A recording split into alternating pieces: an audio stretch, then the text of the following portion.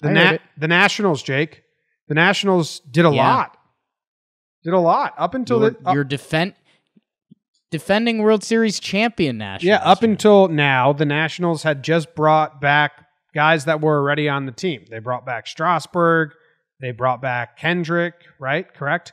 They did lose out on Rendon, so they lost him. And then Zimmerman, they have an opening at first base. Yan Gomes. Yeah, they have an opening at first base. They signed, I think the order of the events were, first they signed Will Harris, which is the first guy that they're bringing to them that wasn't with them last season. So he's the first outsider to join the World Series champions.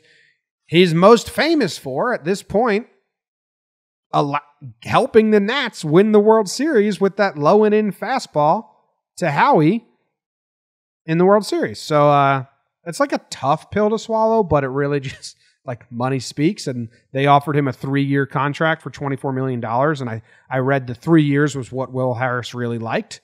So that makes sense. He wants more money. It's a little odd that he goes to the team that just beat him. I think, like, back in 1960s baseball, they'd be like, what the hell? But now we kind of understand, like, well, that's how it works. If you are a Houston teenager and you hate Will Harris, I get it.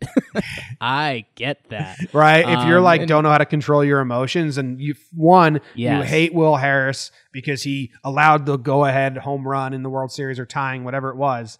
And then B, he signs with that team, and now you have to see him in that uniform. Yes. Yeah, if you're a 14-year-old in Houston, you can hate Will Harris just a little less than you hate me. Yeah. And yeah, I mean, this is the same thing. When the Red Sox won the World Series, they re-signed Steve Pearce, the World Series MVP. They re-signed Evaldi. This is the Nationals. They re-signed Will Harris. It's a sentimental signing, you're saying. Hey, you helped us win the World Series, so we'll throw you some cash. It's a little IOU. Yeah, made that joke on Twitter. A couple people got it. But yeah, I think the Nationals, they were looking for a lefty reliever, and they quickly found out that there isn't really a lefty reliever market. But Will Harris has great numbers against lefties, so they add him to the bullpen. And there are some really good articles about them. I'm not going to give proper credit, so I won't even quote them. But look up Will Harris signing with the Nationals, because they said the process was pretty weird because this has never happened. And I think Will Harris had a good quote out there that he's like, yeah, that's the only time I plan on giving up a home run in a Game 7 of a World Series. So it was pretty awkward to talk to that team. But yeah, you're right. They get the third year. Will Harris became a total kind of wild card and overlooked this free agency. We talked about there not being a ton of free agents. He's 35, but he's clearly figured something out. A lot of guys in Houston did. 3 years, and he's really good against 3 years for a 35-year-old reliever. I know that he's good, and I think he has a really good track record of not being injured. But I understand why no other team did that. And Nats, even though they won the World Series, they are desperate for bullpen. And they did it. But, I mean, it's probably not going to work out the best. Well, it's interesting, and if you're national sports radio, you're probably talking about, I mean, another wild card reliever who's out there is Daniel Hudson, who had such a good playoffs for you. But yeah, I mean, Will Harris, he had a 1.5 ERA last year in 60 innings. He doesn't have a ton of mileage on his arm because he's never been like the GOAT on his GARM. He's never been the go-to guy in a bullpen. He has under 400 career major league innings. So there's a chance that he doesn't have the same mileage that a 35-year-old reliever would have. You're hoping to get 2 good years out of Will Harris, and that's kind of the contract. Yes, I do want to say, I didn't want my last sentence to be taken the wrong way. I don't think the odds the third year works out aren't good. First and second, sure, good signing.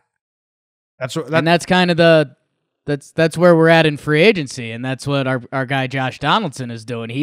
Josh Donaldson's just sitting on a beach right now saying, first one to go 5 years wins, babe. And they're all saying, don't do it, don't do it, and waiting for one crazy owner to crack. Yeah, well, the Nationals most likely don't need Donaldson. They're still in. They're still the one of the two teams in on Donaldson.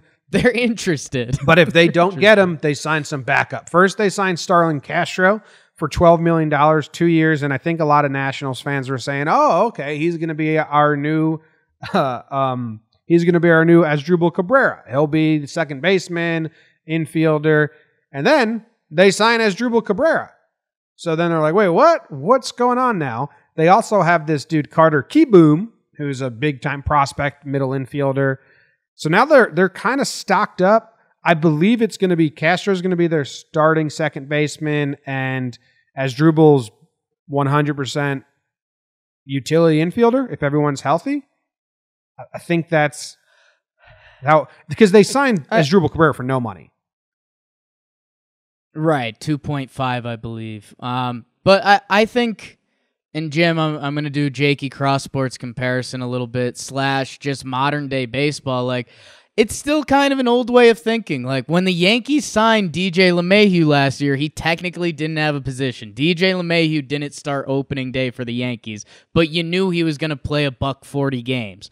I think all of these guys are currently in that role. Maybe, it's given them a little bit of a liability if one of those dudes has a bad year. It's crazy how good Ass Crabs was for the Nationals in his time there. Same with Howie Kendrick. Howie Kendrick was nuts last year. Starlin Castro, you wonder, I mean, do the Nationals have either a hitting process or a hitting coach where they can find something? Because Starlin still loves the game. I know you and I were blown away that he played 162 for the Miami Marlins last year. It'll be interesting to see if they can find a little pop in his bat, or maybe just being around a winning team brings out a little more. But what they have right now is options. If someone gets hurt or if someone's hot, they can figure it out. It will be interesting. I mean, if they are the ones that land with Donaldson, I don't think they're planning on that right now. Because you're right. Now, if you do that, you might be stunning a prospect's growth. You might have an angry veteran on your team. So interested. I like it. When you look at Kendrick and Asdrubal Cabrera, like, those guys had to sign with the Nats. They had to. Jake? Yeah. I like this. I like Starlin Castro, and he gets so much shit. The guy's 29 years old. He feels like he's 39. He's been in the league for so long. Yeah. I felt bad for him. He's been on the Marlins for the last 2 years. Now, I know that he's not a stellar player. But what Starlin Castro is consistently average to slightly above average baseball player. Every year. Last year, he played 162 games on the Miami Marlins. He played 162 games on the Miami Marlins. Give him a contract just for that. Reward him. He's a 4-time All-Star. I know All-Star games can be a joke, but Starlin Castro is a 4-time All-Star. And my cross-sport comparison that I was going to make, Jim, which I don't know, it might fall on deaf ears with you a little bit, but I was going to compare the Nationals to the Toronto Raptors, both teams that just won the title. The Raptors kind of won the title by having Kawhi, and then just everyone could make an open shot. So if you double team, they had someone open. That's kind of what the Nats did. They had Soto and Rendon. Now they still have Soto. They might add another big bat, but they have guys who give you major league at bats. There's not really a hole in their lineup. And that's kind of what the Nationals have. They have a bunch of major leaguers. Yeah. Yeah, it's a good call. And that's what they did last year. They were the team doing things opposite of everyone else. They were the oldest team. They put the ball in play the most. They had the most bunts and all that good shit. Starlin Castro, career OPS plus 100, his average is 98. So that's slightly below. But he has one outlier season at 73, which was really bad in 2013.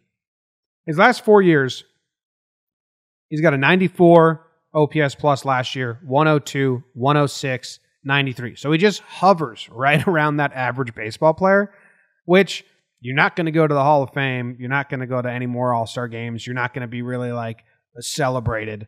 But to be an average baseball player 10 years in a row, that's pretty cool. Better than a lot of guys that play the game. I think he gets shit on too much.